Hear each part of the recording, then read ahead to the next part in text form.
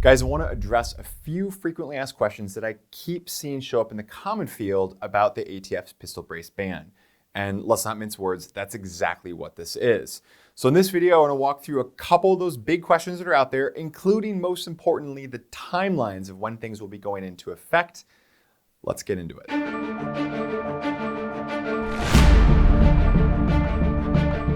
For those of you who may not know me, my name is Tom Grieve. I'm a former state prosecutor, criminal defense attorney. This is our humble channel. Thank you for stopping by. If you found us just by browsing through, please show your support for the Second Amendment as well as this channel. Help us grow so we can make more content. Click subscribe, like, do this for the algorithm, if not for me, as well as, of course, share it around on social media, all those great places. All right, so what we have here today, the website I want you to be going to in order to check things out is federalregister.gov. That's the website that you can go to if you want to see whether or not these rules have been published in the Federal Register, which if you read the rules or if you watched my other video, then you know what we're talking about. By the way, that other video is great, linked in the description box below. Here's what the importance of this is. When it goes into effect is when it's on the Federal Register, all right? Now, the ATF has said that, look, we're gonna give folks a grace period in order to register their firearms. Yes, we'll get into that in a moment. But in order to register their firearms in their Form 1, which they're willing to do for free, and I'm sure, let's be clear, they're doing that in order to save their butts in court someday, or at least in an effort to do so. But they're going to let you Form 1 their stuff for free. In order to do that, you have to have your pistol brace as well as your firearm assembled pre the rule dropping. So that's going to be kind of the rules on that, all right? From the date that the rule drops, we're on the plus 120-day countdown until they're saying the amnesty is done. You must have registered at this point. So, folks who possess these items, if you are going to register the devices, you have 120 days from the date that it drops in the register. To see when it drops in the register, that's the federalregister.gov, and then just put in something like pistol brace ban or pistol braces or something like that. And you can kind of just keep seeing. When I put in pistol brace, I see 4 docs. You're looking for the one that has the 2023 date. Obviously check to make sure that that is indeed the one that we're talking about, but that's how you can do some self-help here, because realize that it may take time for the word to kind of get out on that. As of morning of the 18th of January, when I'm recording this, there is nothing out there yet. So that is what we're looking at. But once it drops as well, that not only starts the 120-day amnesty that the ATF is giving us, but it does something else as well. It now makes it a crime for you to sell, transfer, or do anything of the sort, any kind of pistol brace or any kind of devices that fall underneath the ban here, okay? So just keep in mind that, look, if you're thinking about selling something and you don't want to risk becoming a felon, then for God's sake, get it done prior to this being published. If you have devices on Gunbroker or some sort of public transaction platform like that, keep in mind that the second that that goes up, you need to take that down. That's going to be a really easy way. If ATF is going to vigorously enforce this rule, and I'll also get to that in a moment, but if ATF is going to vigorously enforce this rule, that's a really easy way to get caught, get busted. There's a paper trail, and it all leads back to you time-stamped. So again, these are some really easy tripwires, and I want to make sure folks don't get jammed up on. All right.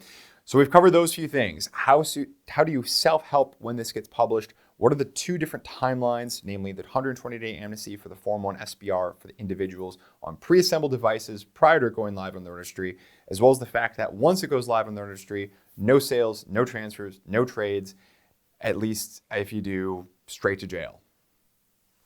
Let me know in the comment section for those of you who get that. Once the amnesty goes into effect, here's what your options are according to the ATF. And to be clear, you're not going to like them. But once more, it's just, I want to make sure everybody's on the same page with this. All right.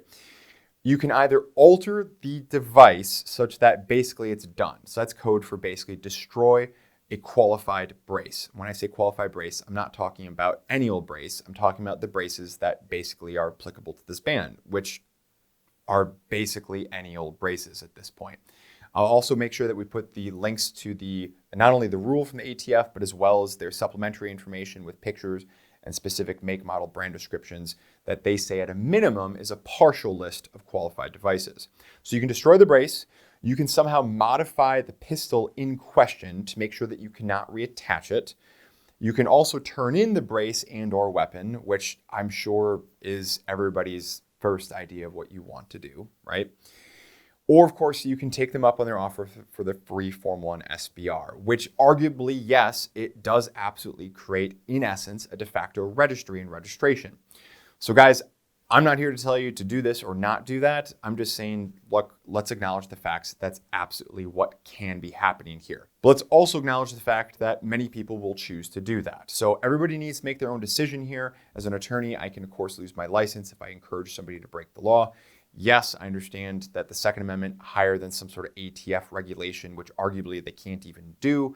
Check out my video on that. Also linked in the description box below about basically why this rule might be dead on arrival. I also want to remind you folks out there who have imported pistols.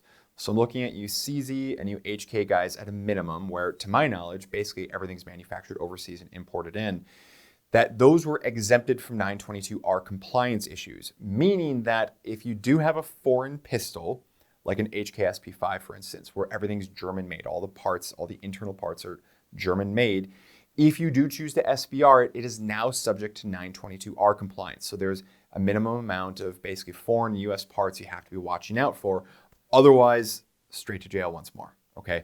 So you need to be careful about that. Again, that's another easy tripwire. Of course, there's the enforcement issue in that of how are they really gonna catch you? I really think that's gonna be a bigger problem for dealers where they've got ATF agents coming through for audits and compliance checks all the time. If they want to get into that, that's an easy thing for them to get into. Now, on that fact, ATF, from what I have heard, is not super interested or gung-ho in enforcing this. It's just something that they're basically throwing out there to basically try to stop that barn door from being open. But of course, to complete that metaphor, the horses, all upwards of perhaps, according to the Congressional Research Office, about 40 million of them, and I'm talking about the number of braces that may have been sold at this point, are well outside the barn. So I'm sure there's gonna be interesting lawsuits going on. From what I have seen, there's a number of different groups that I'm sure are racing to put together lawsuits. I'm gonna be putting together a video, by the way, on how groups do that from all across the political spectrum, because there is a science. If you want to see that though, prioritize, because it's on my list, but it's lower on the list, let me know in the comment section below.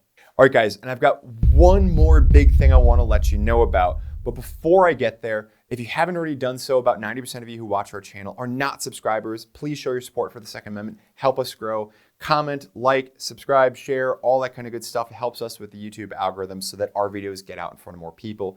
Thank you very much. On with the show. The other thing I want to talk about is a great video that we've already shot, and by the time you're watching this, it may have already gone live or it's about to go live.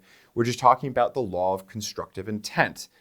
Yes, I can hear those keyboards firing up. We have an amazing video dropping on constructive intent about when parts become firearms, when gun kits turn into guns, and what does that mean for folks in the SBR pistol brace arena. So be sure that you make sure you subscribe for that. Thank you very much for staying this long. Both myself and the YouTube algorithm thanks you. We'll see you in the next one.